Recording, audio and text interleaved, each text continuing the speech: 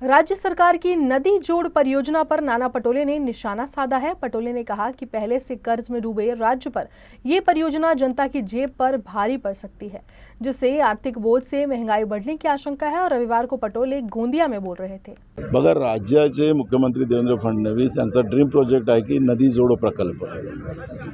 मी त्यांना हा जेव्हा प्रोजेक्ट मांडत असताना मी त्यांना म्हणालो की राज्याजवळ पैसे नाहीत आणि कमीत कमी याला लाखो कोटी रुपये या प्रोजेक्टला लागणार आहे नदी जोडोला, त्यामुळे पैसे आणणार कुठून? तर ते म्हटले केंद्रातून।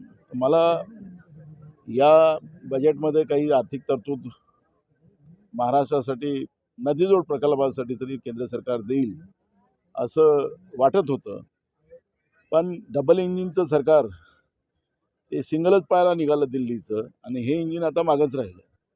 त्यामुळे आता सगळ्यात मोठा परीक्षा नदीजोड प्रकल्पाच्या माध्यमातून राज्याच्या मुख्यमंत्र्याची आलेली आहे। आता आम्ही त्यांनी जे काही विधानसभेत भाषण केलेलं आहे त्याचाच उल्लेख आम्ही करू।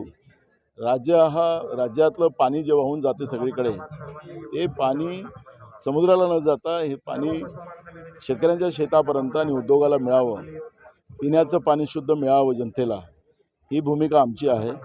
आमचं समर्थन आहे त्याला, पण पैसा कुठून उभा करणार? पुन्हा राज्य पुन्हा कर्जामध्ये डुबायचं का? पहिलेच राज्य लाखो कोटीच्या कर्जामध्ये आहे आणि त्याचा सगळा मार जनतेच्या खिशावर पडते आहे, त्याच्यामुळे महागाई वाढते आहे। पुन्हा हे सगळे प्रकल्प करण्यासाठी राज्य सरकार पुन्हा कर्ज घेते का आणि कर्जातून हा डोलारा उभा करतील काय? हे सगळे प्रश्न आहेत। त्यामुळे आता पुढं काय काय होतं ते आपण बघू आणि त्याच्यावर प्रतिक्रिया देऊ।